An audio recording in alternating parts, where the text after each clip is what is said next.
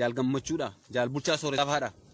Warra jireenya isaanii qabsoo keessatti fixatanii isaan kana ijoolleen umurii isaanii ijoollee jedhe moo dandeettii fi ogummaa gasaa dhaga kiyyan qaban isaan dadhaboodha waan jedhu ibsa. Ijoollee jechuun isaa sun Jawaar Leengadda kan inni dubbate. Gaafa duraas dubbatee ture. Duriyyeen gamaa gamanaa jedhu. Duriyyeen eenyu? Duriyyeen illee injifatee bosonatti argatee jira. Duriyyee jechuun moo waraana bilisummaa Oromoo isa Jawaariyyuu hin argiin dhugaa Oromoo argee itti wareegama kaffalaa jiru kan duriyyeedha. Nun beeknu duriyyeen feesbuukiin ijaarratee bosonatti ergee maqaa waraana bilisummaa Oromoo balleessisuuf ijaarrate jiraachuu danda'a. Isa kana hin beeknu nuun. Maaliif jennaan deeggartoonni kaafaa tokko waraana fa'aa qabna fa'aa jedhu waan ta'eef jechuudha. Kanaafiyyuu aga waraana bilisummaa Oromoo balleessuuf duultan aga maqaa isaa xureessuuf duultan raftanii bulaa hin jirtan nu dhugaa olii beenna olitti himna. Uummata Oromoo gowwoomsitan malee nu gowwoomsuu hin dandeessan. Isinitti himna. Raftanii bulaa hin jirtan. Keessaan fira fakkaattanii alaan diina fakkaattanii hojii isin hojjetaa turtan.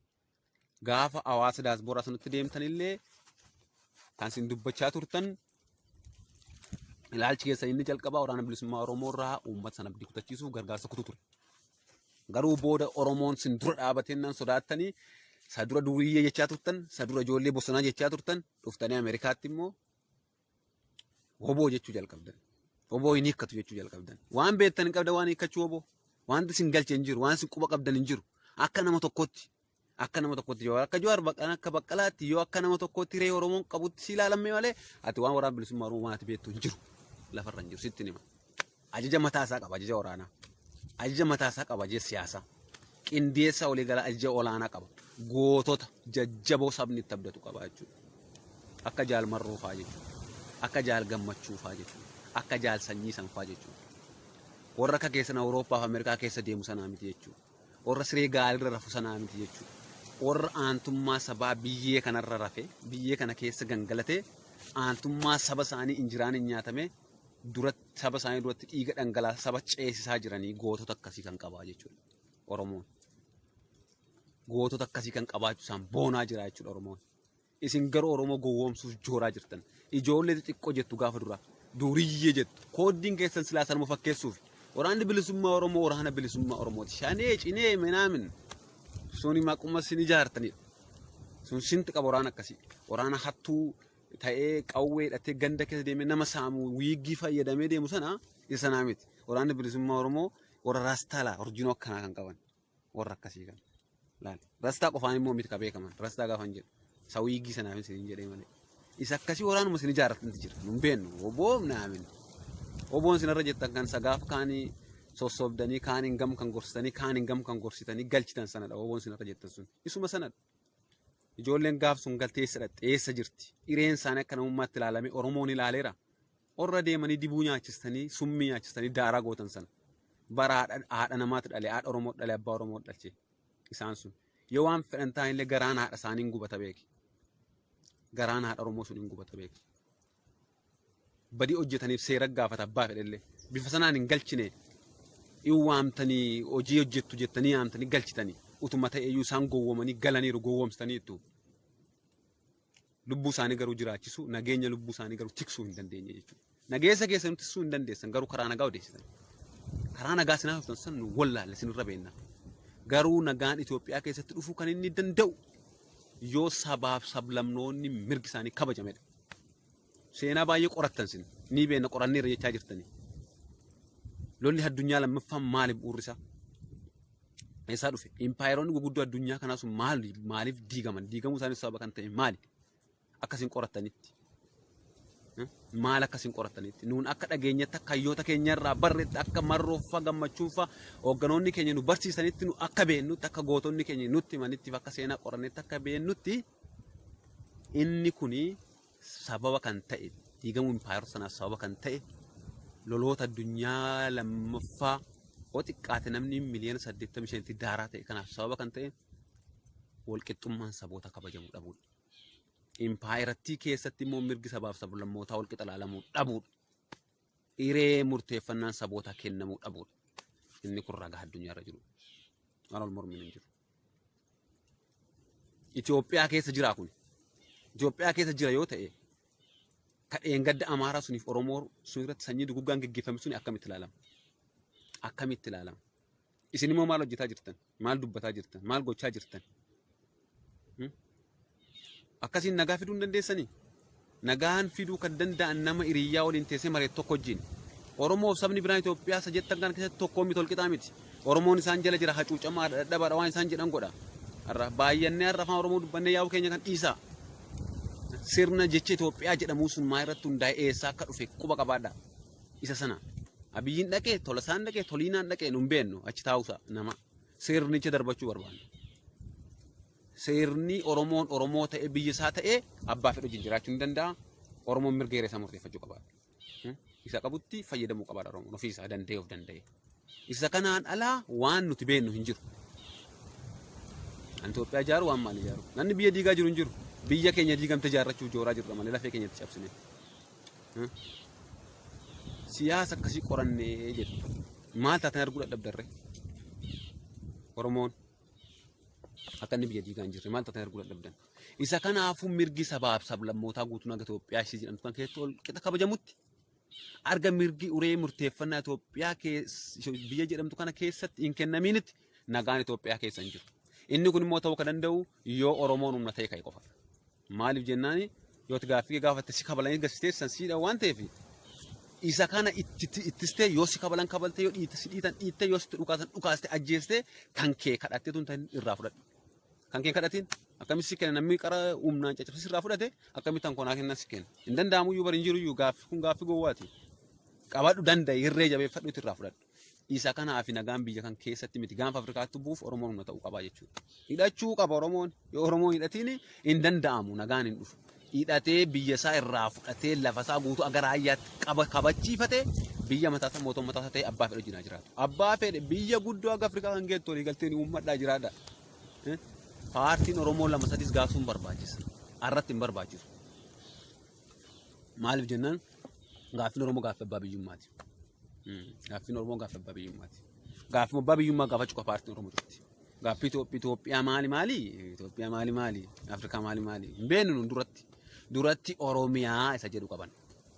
Oromiyaa kabachisnee nama goone saba goone booda gaaffii barbaanee darbuu dandeenya biyya barbaanne wajjin ijaaruu jiraachuu ni dandeenya. Akkasitti immoo hin danda'amu hin ta'u. Isa kana beekuu qaba paartileen siyaasaa. Callisanii paartii siyaasaa ofiin jedhanii haasa'uun gatii hin qabu bu'aa hin qabu. Faallaa qabsoo Oromoo dhaabachaa hin danda'amu dhiisa siin kadhannaa dhiisa. Hoogganoota guguddoo addunyaa kanarra jirru qorannee irraa jettu. Warra biyya ceesse qorannee irraa jettu. An garuu fakkeenya tokko isinii kennuu barbaada. Innis nama Muallimu Julius Nyerere jedhamudha. Nama Riippaabilika Taanzaaniyaa irraa kana ijaaree darbedha jechuudha. Namni kun kolonii Afrikaan biyyoorra jalatti kuftee turte keessaa karaa nagaatiin biyya isaa bilisa kan baasedha. Yeroo jalqabaaf Afrikaa keessatti karaa nagaa aangoo qabate karaa nagaa aangoorra kan bu'e pirezidaantii Taanzaaniyaa Julius Nyerere nama jedhamudha. Namni kun qabsaa'ee karaa nagaatiin dhangala'uu dhiigaa tokko malee aangootti ol ba'e. Dhangala'uu dhiigaa tokko malees aangoorraa bu'e fedha isaatiin jechuudha. Inni kunis ilaalchinni Taanzaaniyaan ittiin ceeti ittiin tarkaanfatti guddatti jedhee qabatee deemu ilaalcha dinagdee komaandii ture. Garuu bifa sanaan deemnaan Taanzaaniyaan dinagdeen jabdu turte daaraa taate gadi buute. Isa kanarra dhaabatee ilaalchi isaa Taanzaaniyaa ceesuu hin dandeenye. Inni garuu ilaalcha biraa fudhachuu hin danda'u. Isa kanaafiyyuu dhaabbatee murteesse. Ilaalchi ittiin dinagdee Taanzaaniyaa ittiin guddachuu dandeessu immoo dinagdee miiksidi ikoonoomii kana. Isa kana immoo Julius Nyereren fudhachuu hin dandeenye mataansaa. Isa kanaafiyyuu ofii waan itti namanni hojjechuurra warroon kanatti amanan dhufanii isa kanatti Taanzaaniyaa ceesa waan ta'eef. Dinagdee isa kanatti Taanzaaniyaa ceesa waan ta'eef. Ani garuu itti naman waan ta'eef. Dhufanii bakka bu'anii hojjetanii haceessanii jira. Itti kenname. Nagaan pirezidaantummaa isa gadhiise. In ceesan Taanzaaniyaa deebisanii guddisanii jechuudha. Amma ni ilaalchisaas akka waan sun ta'e ni beeka garuu fudhachuu hin dandeenye. Isa kana paartileen siyaasa Oromoo Dooktar maalii xiinxala siyaasa maalii jedhamu suni isa kana. Ilaalcha marroofaatu sirriidha. Har'a marroofaa jala deebine qabsoo Oromoo utubnaa tuffataniiti malee akka karaan marroonfaa qabatanii deeman karaa waraana bilisummaa Oromoo qabatee deemu dhugaa ta'e ni beeku jechuudha. Hoogganaa akkasii jala hin deemin Oromoo. Jalaa deebi boollatti sin naqa. Namni dantaasaaf dhimma isaa boollatti nu naqeen. Kanaafuu Itoophiyaa keessatti nagaan bu'uu ka danda'u yoo Oromoon biyya isaa argate gaaffiin isaa deebi'ee qofa. Inni kun dhaabbataa dhumaadha jala sararamaa. Isa kanaaf immoo Oromoon humna ta'uu qaba. Waa'ee humnaa qawween hin barbaachisu jaarraa kan keessa qawween hin barbaachisu jedha. Qawween hin barbaachisu biyya addunyaa kanarratti guddate Ameerikaan Raashiyaa fi warreen hafan kuni baalisti misaayilii kan hidhataa jiraniif niwukileerii kan hidhataa jiraniif jeetti raaptirii xiyyaara waraanaa guddoo jeettota helikooppitara waraanaa warra qilleensa akkas naanna'an akka kubbaa dhiitanii naanna'anii hojjetaa jiraniif doonii xilliqa galaana keessa seenanii keessaa bahan irra hojjetaa jiraniif cidha ittiin wal affeeruufidha meeshaa kanaan. Cidha wal affeeruu kan meeshaan Oromoon barbaachisu jedhamu kan qawween jaarraan keessa barbaachisu jedhamu. Gowar qawwee bira darbee addunyaan qilleensa wal ajjeesuu danda'e vaayirasiin wal ajjeesuu danda'eera. Kana qabaaf hin barbaachisu siin jedha. Kun as keessa deeme waanii kasaan beenne faranjii irraa dhaga'ee as keessa deeme asa. Waanii kasaan beenne nama guddaa akkasii xiqqoon salpha natti ulfaata dhugaan siin jedhan.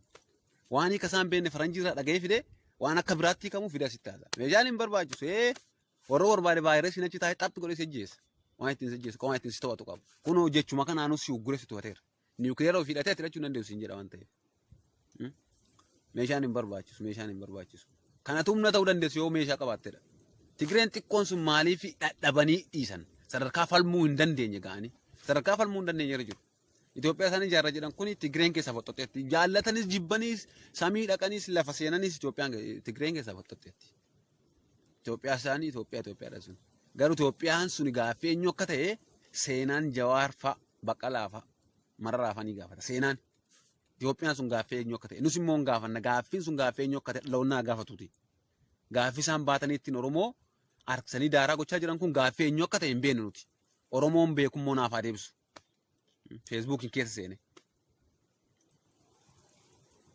Isa kanaafi gaaffiin Oromoo gaaffii dhaabbata gaaffii abbaa biyyummaati. Paartiin Oromoo irratti borgaaf Oromoon bilisoomtu paartii 5 itti dabaree galee inni ilaalcha dinagdee irratti ilaalcha siyaasaa irratti waan barbaade qabu Oromoo bulchuu danda'a. Kaayyoon adda bilisummaa Oromoo kana miti. Oromoo bilisoomsuuf akka biyyaatti biyya godhee akka sabaatti saba godhee Amaara wajjinis holqixa biyya qaba. Tigiree wajjinis holqixa biyya qaba. Uummata kibbaan holqixa biyya qaba. Dantaa irratti dhufu yoo qabaate olii gala. Yoo dantaa isaa olii hin galte walitti hin bu'u walii waraanu nagaan olirraa ta'a. Oromoomaan barbaadu jechuudha. Biyya jechuudha of danda'a jechuudha. Gidduu kanaa isa milik gargar kutee Oromiyaa biyya isaatti turte dheengadda milik gargar kutee caccabsee Oromoo saamee waan biraa godhee har'a biyyatti deebisnaa jechuudha. Dhaloota dhugaa isaa falmatu dhalate jechuudha. Yoo ta'een Itoophiyaa ijaaruun gaaffii eenyuuti? Itoophiyaa cabdee diigamte deebisanii suphuun gaaffii eenyuuti? Wanta kana isiniin jedheef immoo wanta qabatamaatu jira. Yoo gaaffiin kun gaaffii Oromooti jedhee gaaffii Oromooti jedhamee lafa nuuf haa taa'u.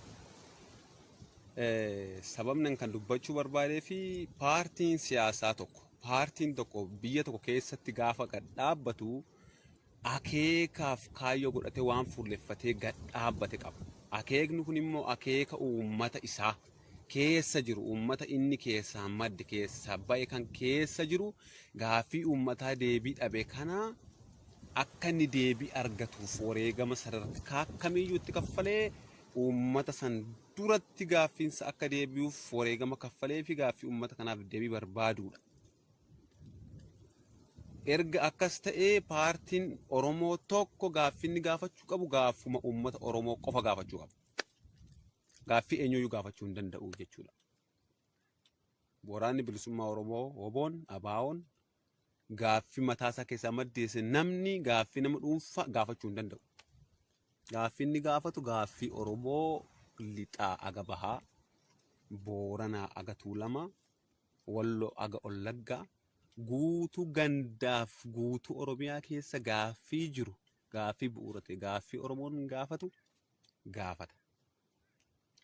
Yoo kanan gaafanne ta'e qabsaa'aa miti. Paartii saba sanaaf bakka bu'us mitati. Yaada mataa keetii gaafatte waan ta'eef, gaaffii nama biraa gaafachaa jirta waan ta'eef. Yeroon akkas jedhu Itoophiyaa ijaaruun gaaffii eenyuuti? Paartii siyaasa Oromoo Itoophiyaa ijaarra jedhe socho'u jira. Gaaffii eenyuuti Itoophiyaa ijaaruun? Yoommoo kun gaaffii Oromoo miti ta'e paartiin sun akkamiin paartii Oromoo ta'e? Gaaffiidha. Oromoon Itoophiyaa ijaaruu gaafate. Gaaffiin Oromoo kana Itoophiyaa ijaaruudha. Itoophiyaa ijaaruu jechuun immoo maal jechuudha? Bar Oromoon Finfinnee keessatti caffee Tuulamaatti yoo xiqqaate gadaa Booranaa arraa 72 lakkaa'ame kana malee gadaa 21 ol Tuulama qofa keessatti hora Finfinnee irratti irreeffatee dabarseera Oromoon Tuulama.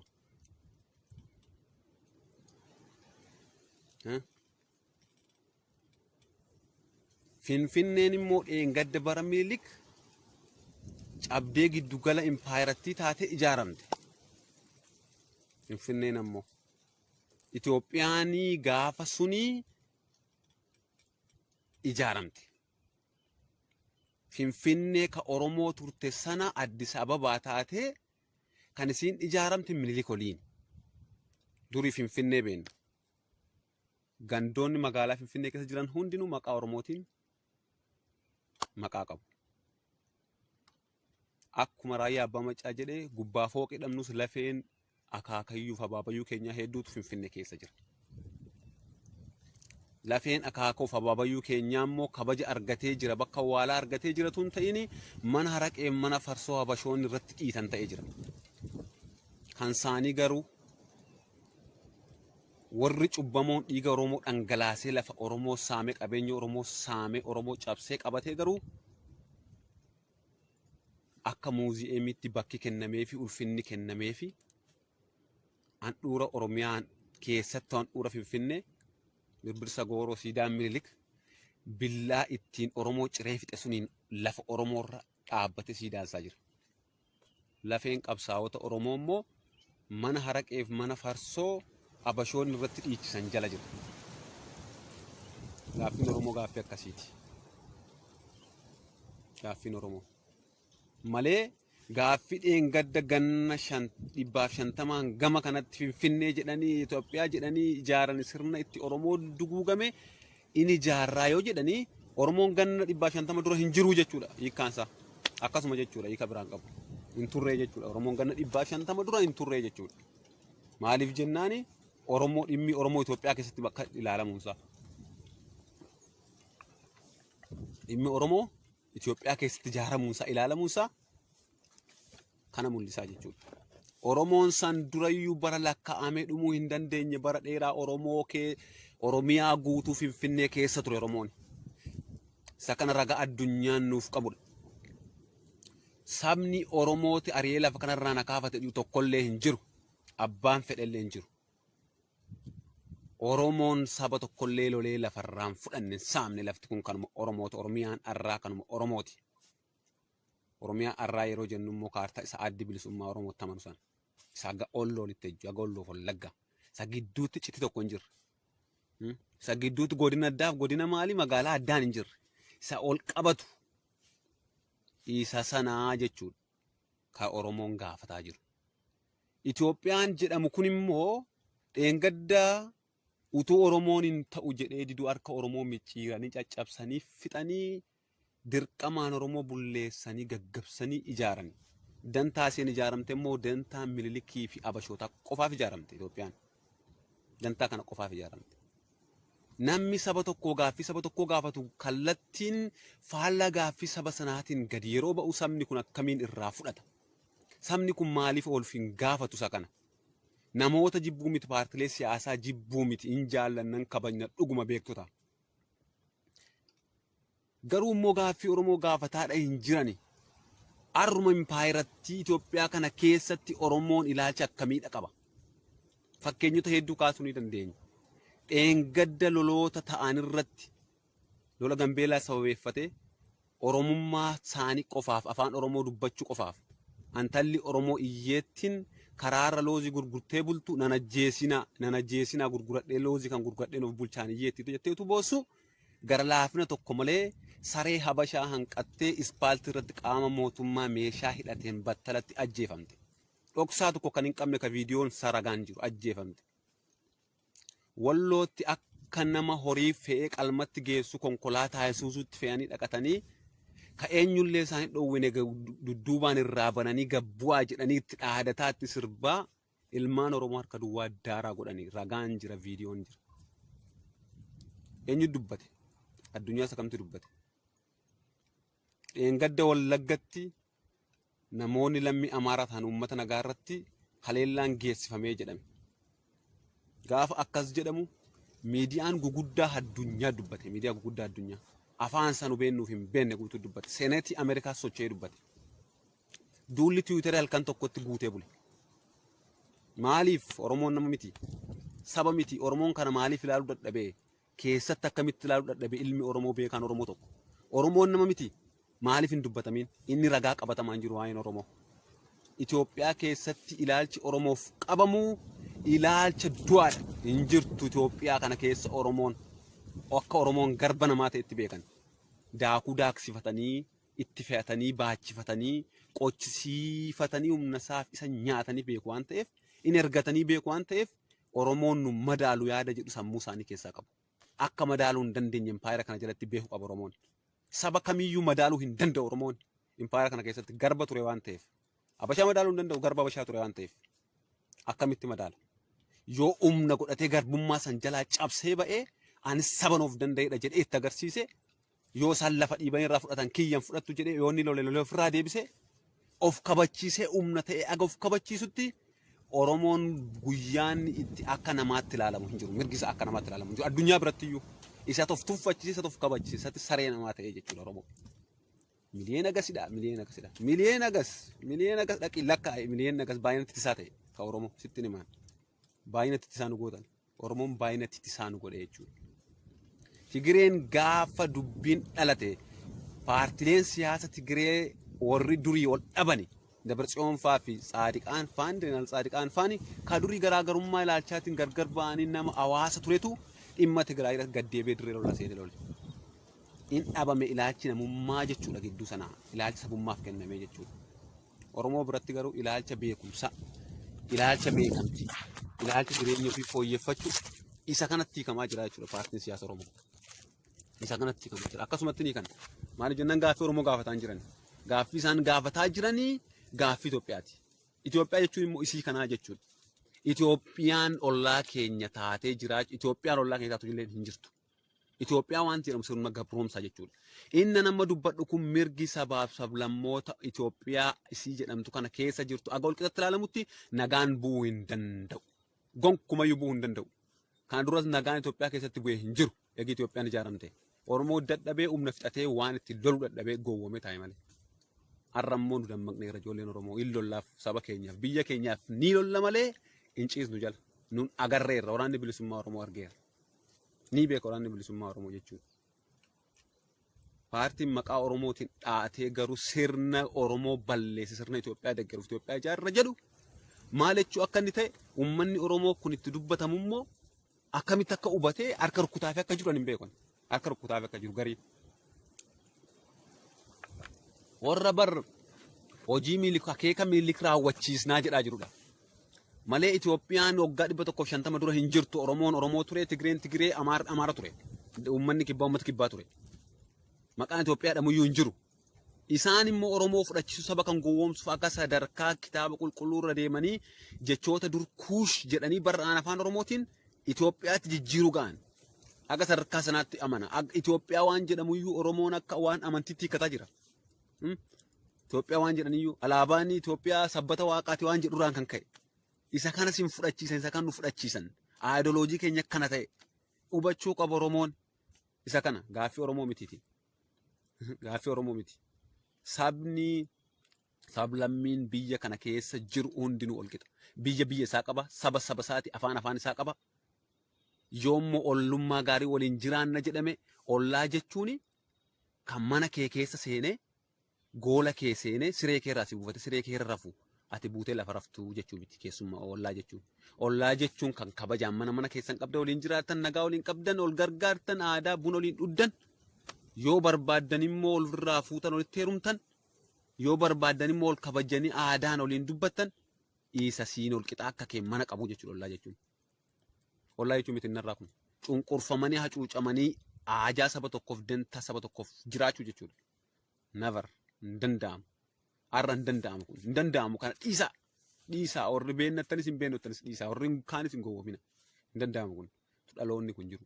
Waraanni bilisummaa Oromoo hundinuu lolee dhumuu danda'a. Diroonii qabanii ittiin fixuu danda'an garuu dirooniin baqatu waraanni bilisummaa Oromoo uummata isaaf ilmoo reegama kaffala malee. Diroonii dhiisin misaayilaaf taankii biraa galfachuu dandeetta. Ameerikaaf seneeti Raashiyaa warra ammoo lolaa jiran kanallee ol taraarsiteef nu rukuchisuu dandeessa. Waraanni bilisummaa Oromoo garuu dhabamuu hin danda'u. Haga ilmi Oromoo tokko jirutti jechuudha. Wantichi kaayyoo dhugaadha malee nama miti.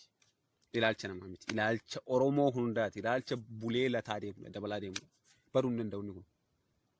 Garuu paartileen siyaasa Oromoo hedduun silaa gurmuu waraana bilisummaa Oromoo ta'anii wareegama kaffaluu qaban waliin kaffalanii dandeettiif ogummaa qabaniin ka Oromoo ceesisuu qaban turan utuu beekanii akkamitti nama bosona jiru ilaalcha wal xiqqeessuutiin ilaalcha wal tuffachuutiin ilaalcha yaadolii